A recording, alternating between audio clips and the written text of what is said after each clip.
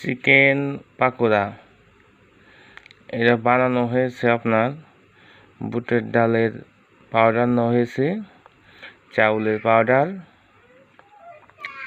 তারপরে আপনার আদা নেওয়া হয়েছে, রসুন নেওয়া হয়েছে, লবণ, শুকনা মরিচের গুঁড়ো, আদা, পেঁয়াজ, রসুন ভালোভাবে মাখিয়ে একটা ডিম ভেঙে 15 থেকে 20 মিনিট রাখার পরে গরম তেলে এটা ভাজা হয়েছে।